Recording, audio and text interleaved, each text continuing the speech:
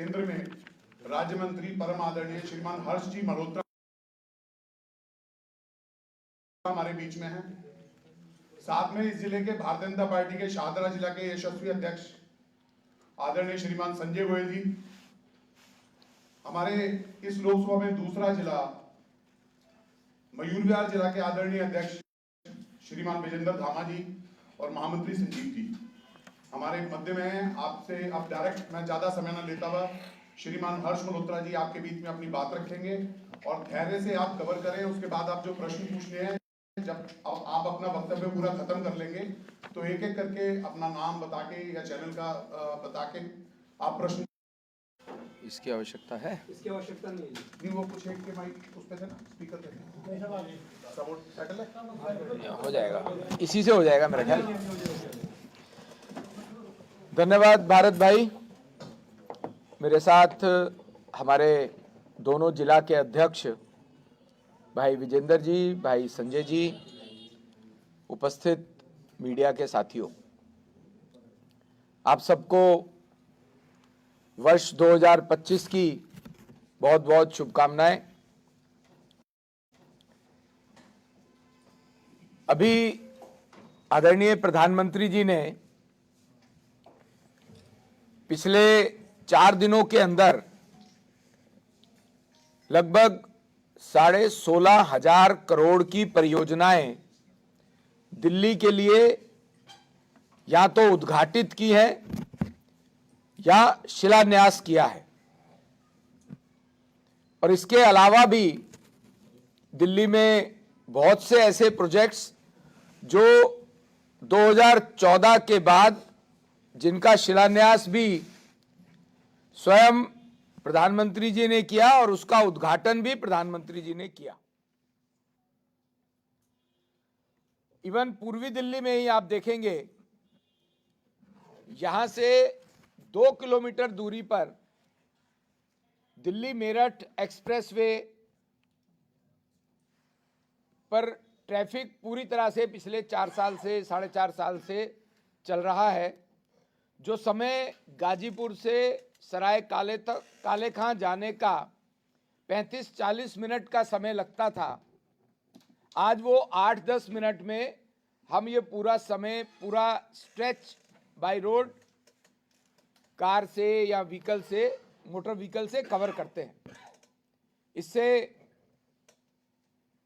Traffic का congestion भी कम हुआ है और डेफिनेटली पॉल्यूशन में भी कमी आई है। इसके अलावा दिल्ली देहरादून एक्सप्रेसवे लगभग बन के तैयार है, जिसको हम संभवतः मार्च तक उद्घाटित भी करेंगे। इसके साथ साथ आप लोगों ने कल देखा मयूर विहार के न्यू अशोकनगर में हमारे पार्षद, वहां से भाई संजीव जी बैठे हैं जो कि हमारे जोन के डिप्टी चेयरमैन भी हैं, और जोन के चेयरमैन भाई संदीप कपूर जी भी आए हैं, जो मयूर विहार में न्यू अशोकनगर से आरआरटीएस रैपिड रेल, जो कि साहिबाबाद तक का स्ट्रेच 13 किलोमीटर का कल आदरणीय प्रधानमंत्री जी ने उद्घाटित किया है और वहां पर ट्रैफिक मूवमेंट रैपिड रेल की प्रारंभ हो गई है।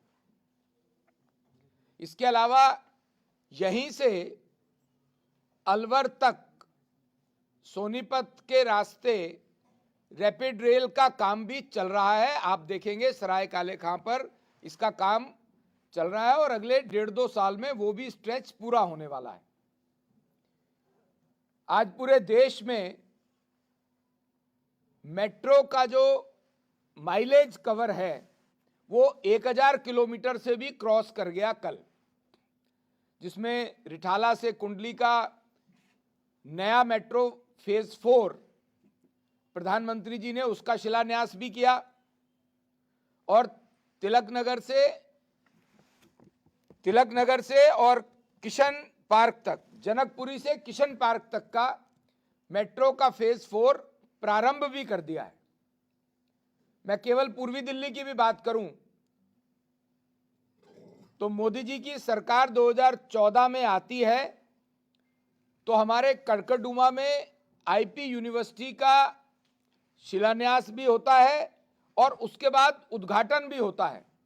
लगभग 300 करोड़ से की लागत का आईपी यूनिवर्सिटी का ये कॉलेज का सेक्शन प्रारंभ हो चुका है। अब तक 2 या 3 सेशन भी इसके चल रहे हैं। इसके साथ साथ प्रधानमंत्री जी ने पूर्वी दिल्ली में दिल्ली यूनिवर्सिटी का लॉ कैंपस का भी शिलान्यास आदरणीय प्रधानमंत्री जी ने सूरजमल विहार में जो बनना है उसको किया है।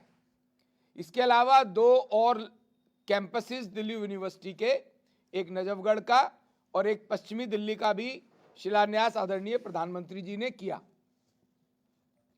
आप देखेंगे दिल्ली के अंदर जो भैरव मार्ग पर भारत मंडपम बना है, ये विश्व स्तरीय, जहां पर G20 के भी कार्यक्रम हुए, विश्व स्तरीय बड़ा हॉल और उसके साथ साथ पूरा एग्जीबिशन ग्राउंड भी रेनोवेट हुआ है।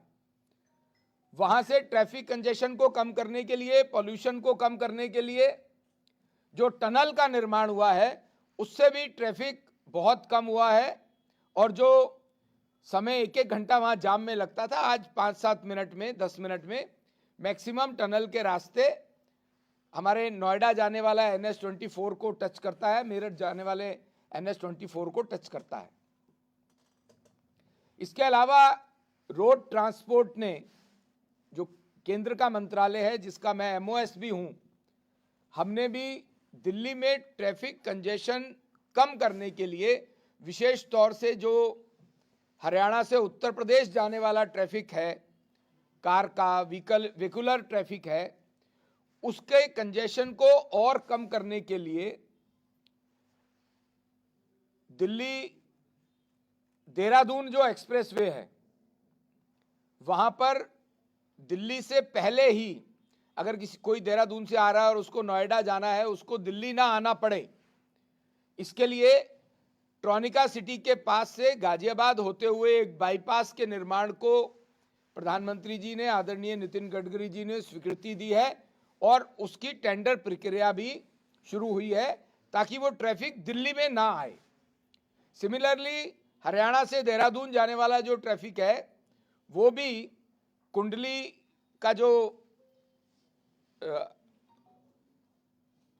पेरिफेरल वे है, वहां से ट्रॉनिका सिटी तक का एक स्पर का काम भी, टेंडरिंग का काम प्रारंभ हुआ है। उसकी स्वीकृति भी आदरणीय प्रधानमंत्री जी ने, नितिन गडकरी जी ने दी है ताकि हरियाणा का ट्रैफिक जिसको देहरादून जाना है इस रास्ते से, उसको यहां ना आना पड़े।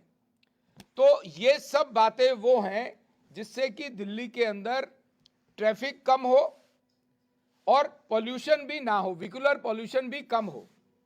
मैं आपके माध्यम से केजरीवाल साहब से पूछना चाहता हूं, 2 दिन से इस आपदा सरकार पे भी आपदा आई हुई है।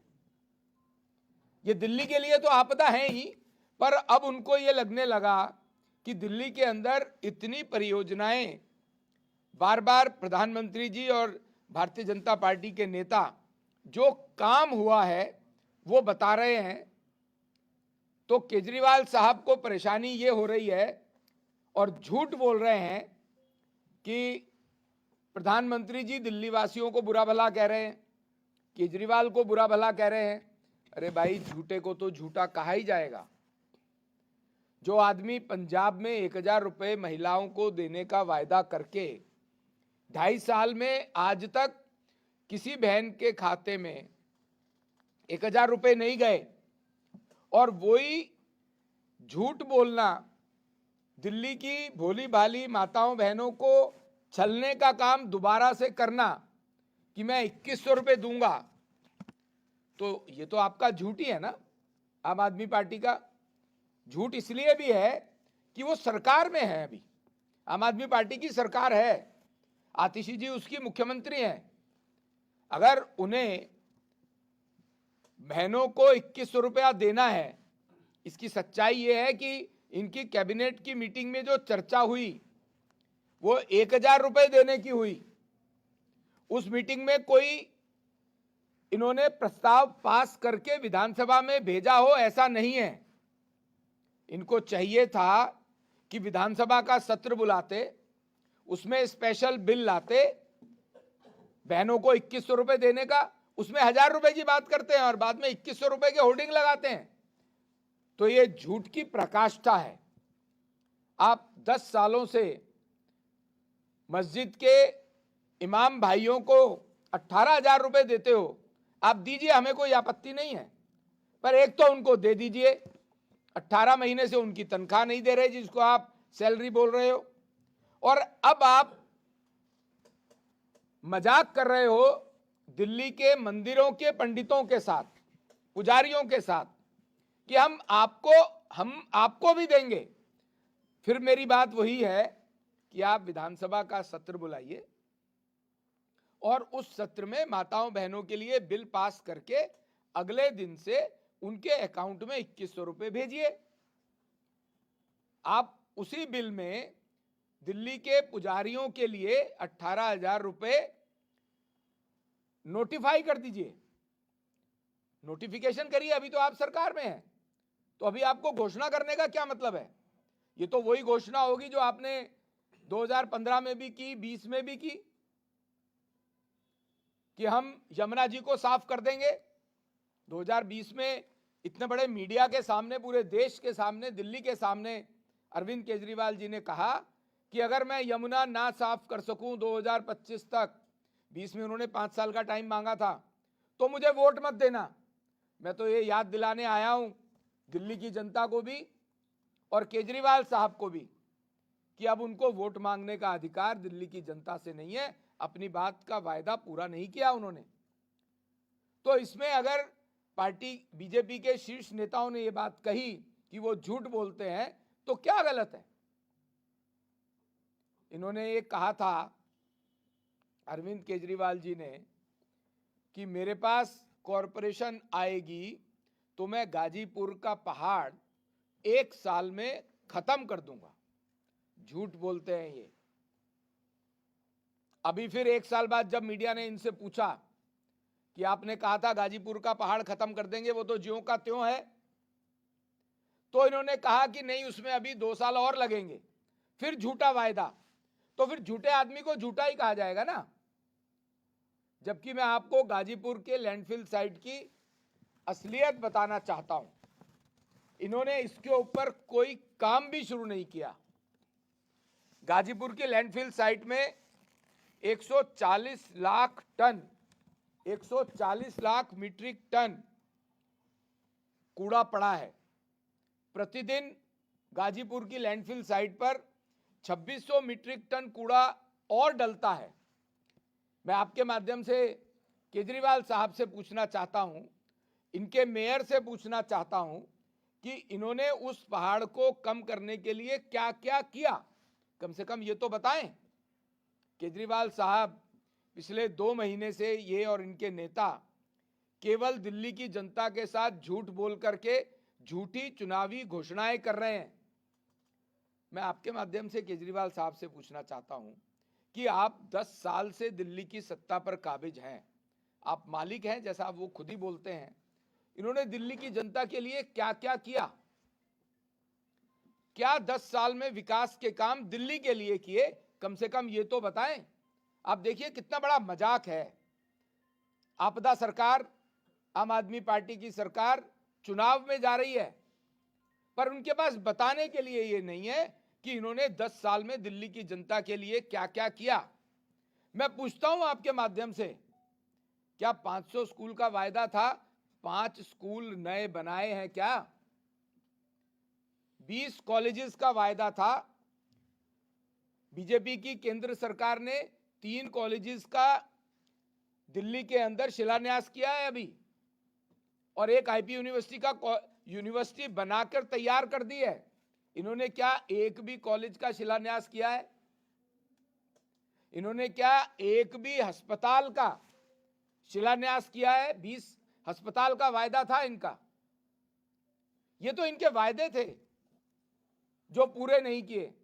इसके अलावा हो सकता है इन्होंने कुछ किया हो, तो ये बताते क्यों नहीं है दिल्ली की जनता को कि हमने 10 साल में ये काम किया है।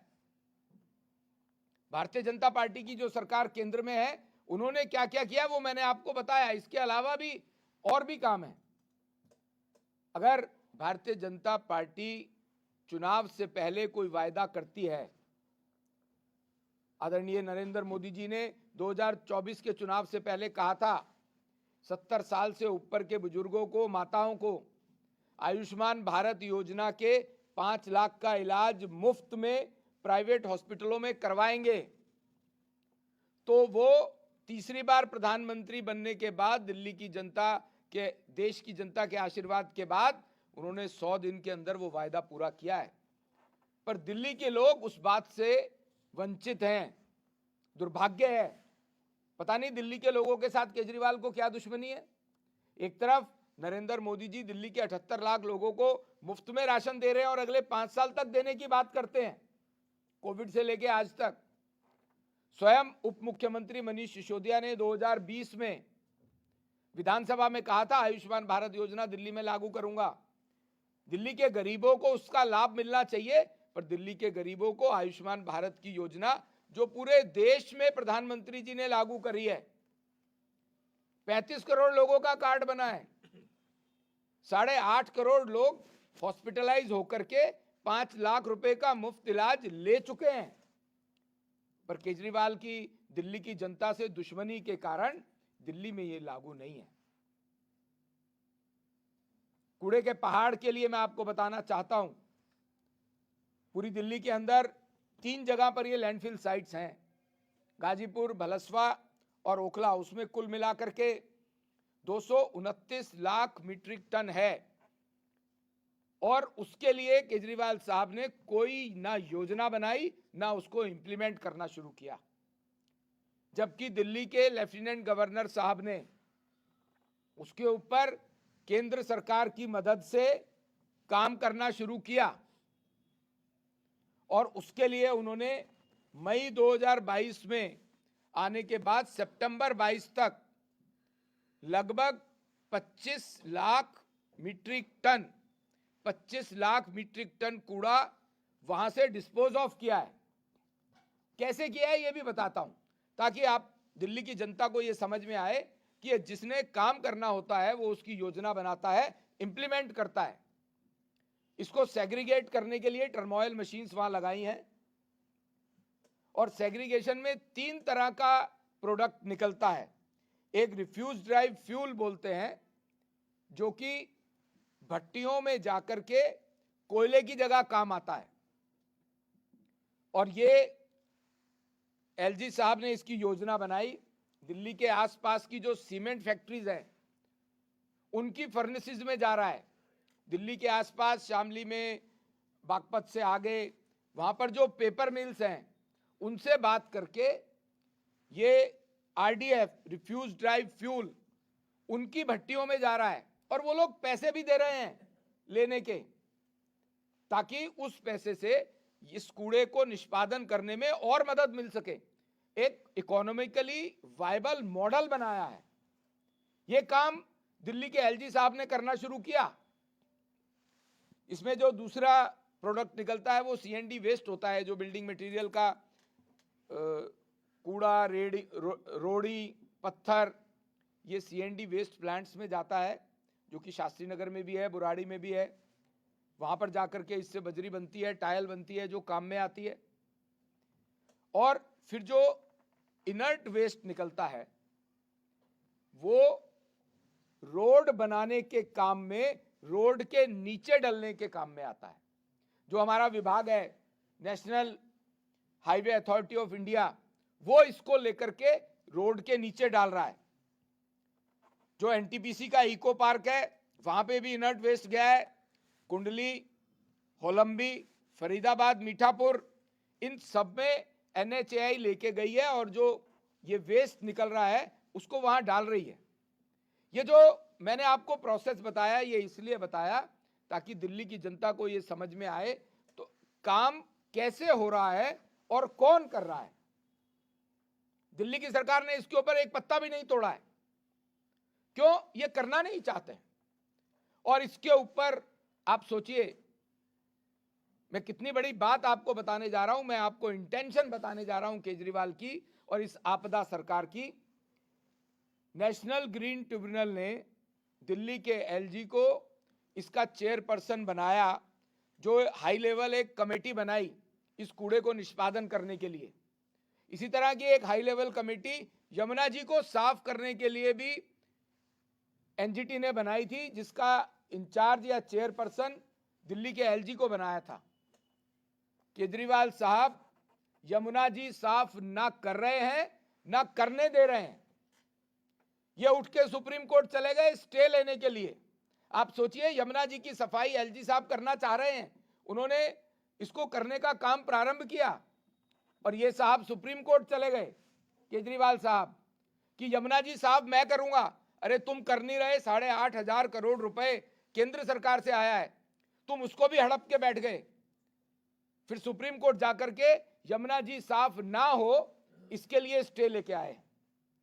और मजे की बात, जो ये कूड़े को पहाड़ को कम करने की बात केजरीवाल साहब ने झूठ बोली थी। जब एलजी साहब ने काम करना शुरू किया, एनजीटी ने एलजी साहब को हाई लेवल कमेटी कूड़ा निष्पादन की जो बनी उसका चेयरपर्सन बनाया, तो इसके खिलाफ भी केजरीवाल साहब, आपदा सरकार, आम आदमी पार्टी की सरकार सुप्रीम कोर्ट चली गई कि ये भी काम करेंगे तो हम करेंगे। हम तो कर ही नहीं रहे हैं, आम आदमी पार्टी की सरकार तो कर ही नहीं रही है। आप सोचो, अच्छा भला काम जो होना शुरू होता है उसको रोकने के लिए, दिल्ली की जनता के सहूलियत के काम को रोकने के लिए ये सुप्रीम कोर्ट चले जाते हैं। और सुप्रीम कोर्ट ने यमुना जी की सफाई के लिए तो कहा है कि दिल्ली की सरकार का डोमेन है, उसे करना चाहिए, पर इसके लिए अभी स्टे नहीं दिया है। पर इनकी इंटेंशन बता रहा हूं कि कूड़े का पहाड़ कम करने के लिए केंद्र की मदद से एलजी साहब ने काम करना प्रारंभ किया हुआ है, जिसके कारण से कुछ 15 मीटर हाइट इन तीनों कूड़े के पहाड़ों की कम हुई है। ये मैं आंकड़े बता रहा हूं आपको। पर केजरीवाल साहब सुप्रीम कोर्ट जाकर के बोलते हैं कि ये एलजी साहब को नहीं करना चाहिए, हम करेंगे। अरे तुम कर लो, तुम्हें कौन मना कर रहा है? कोई मना थोड़ी किया है। तुम्हारा अपना रिसोर्सेज है, 85,000 करोड़ का फंड है, आप लगाइए पैसा और करिए। अब तो निगम भी आपके पास है, उस पर अभी सुप्रीम कोर्ट ने कोई स्टे नहीं दिया है, इस कारण से वो काम चल रहा है। मैं आपके माध्यम से दिल्ली की जनता को यह आश्वस्त करना चाहता हूं कि दिल्ली के अंदर आपके आशीर्वाद से इस बार फरवरी में भारतीय जनता पार्टी की सरकार आएगी। मैं झूठी बात नहीं करता हूं, बीजेपी वाले नहीं करते हैं। हम 3-3.5 साल में तीनों कूड़े के पहाड़ खत्म कर देंगे, जीरो लेवल पर ले आएंगे इसको, क्योंकि हमने काम करना प्रारंभ भी किया है। हमारे पास योजना है, हमें पता है ये काम कैसे होना है। आम आदमी पार्टी के लोगों को ये पता भी नहीं है कि कैसे होना है, क्योंकि उनका ध्यान तो भ्रष्टाचार में है। यही निवेदन आपके माध्यम से दिल्ली की जनता को भी आश्वस्त करता हूं कि दिल्ली की सरकार, दिल्ली में भाजपा की सरकार बनते ही पहली कैबिनेट की बैठक में आयुष्मान भारत योजना में 5 लाख रुपए का इलाज दिल्ली की जनता को, बुजुर्गों को मुफ्त मिले, ये हम पास करेंगे। 3 साल के अंदर अंदर ये जो तीनों कूड़े के पहाड़ दिल्ली के तीनों तरफ हैं, इनको खत्म करके जीरो करेंगे। हमारे पास इसकी योजना है। बहुत बहुत धन्यवाद। अब जो आपके प्रश्न हैं, एक एक करके आप प्रश्न ले सकते हैं, एक एक करके बोलेंगे। हर्ष जी, अर्जुन खजूरिया का डिजिटल रिपोर्टर से। आयुष्मान योजना का आपने जिक्र किया, हाल ही में जो 2 मुख्य योजनाएं आम आदमी पार्टी कह रही है, जिनकी जांच भी शुरू हो गई है, जिसमें एक संजीवनी योजना भी है, तो वहीं दूसरी तरफ वो प्रचार भी लगातार कर रहे हैं। आज तो आम आदमी पार्टी ने ये भी कह दिया है कि हमारी संजीवनी योजना से पीएम मोदी, अमित शाह और जेपी नड्डा को भी जो है इससे फायदा मिलने वाला है, जबकि ये खुद योजना जो है जांच के दायरे में इस समय। क्या कहना चाहेंगे? मेरा फिर वही प्रश्न केजरीवाल साहब से है कि इनको आज संजीवनी योजना की याद क्यों आ रही है? 10 साल से ये क्या कर रहे थे? दूसरी बहुत महत्वपूर्ण बात, पूरे देश में आयुष्मान भारत योजना लागू है और उसका 60% से ज्यादा पैसा केंद्र की सरकार दे रही है। दिल्ली की सरकार को तो 40% देना है। सारा इंफ्रास्ट्रक्चर बना है, वेबसाइट्स बनी है, कार्ड का फॉर्मेट है, सब चीजें तैयार हैं।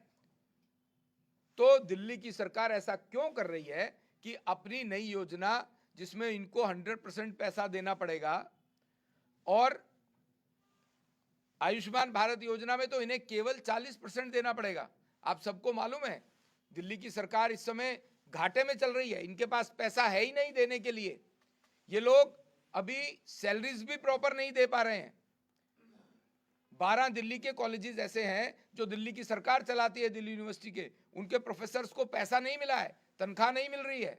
जब इनके पास पैसा नहीं है, इन्होंने अपनी सरकार को दिवालिया बना दिया है, तो ये नई योजना लगाने की भी क्या जरूरत है? और लगानी भी थी तो 10 साल पहले चालू करते। हर्ष जी, मेरा आपसे एक सवाल है। जैसे आपकी बीजेपी सरकार आती है तो जैसे मौलवियों को, मस्जिद वालों को दिया जाता है तनख्वाह, क्या पंडितों को और गुरुद्वारों वालों को दी जाएगी? जो योजनाएं आज भी दिल्ली की सरकार द्वारा लागू हैं, उनमें से किसी योजना को हटाया नहीं जाएगा, कम नहीं किया जाएगा। कल स्वयं प्रधानमंत्री जी ने भी ये बात कही है। इसके अलावा भी हम वो सब योजनाएं लेके आएंगे जो हमारे अन्य प्रदेशों में जहां बीजेपी की सरकारें हैं, चलती हैं।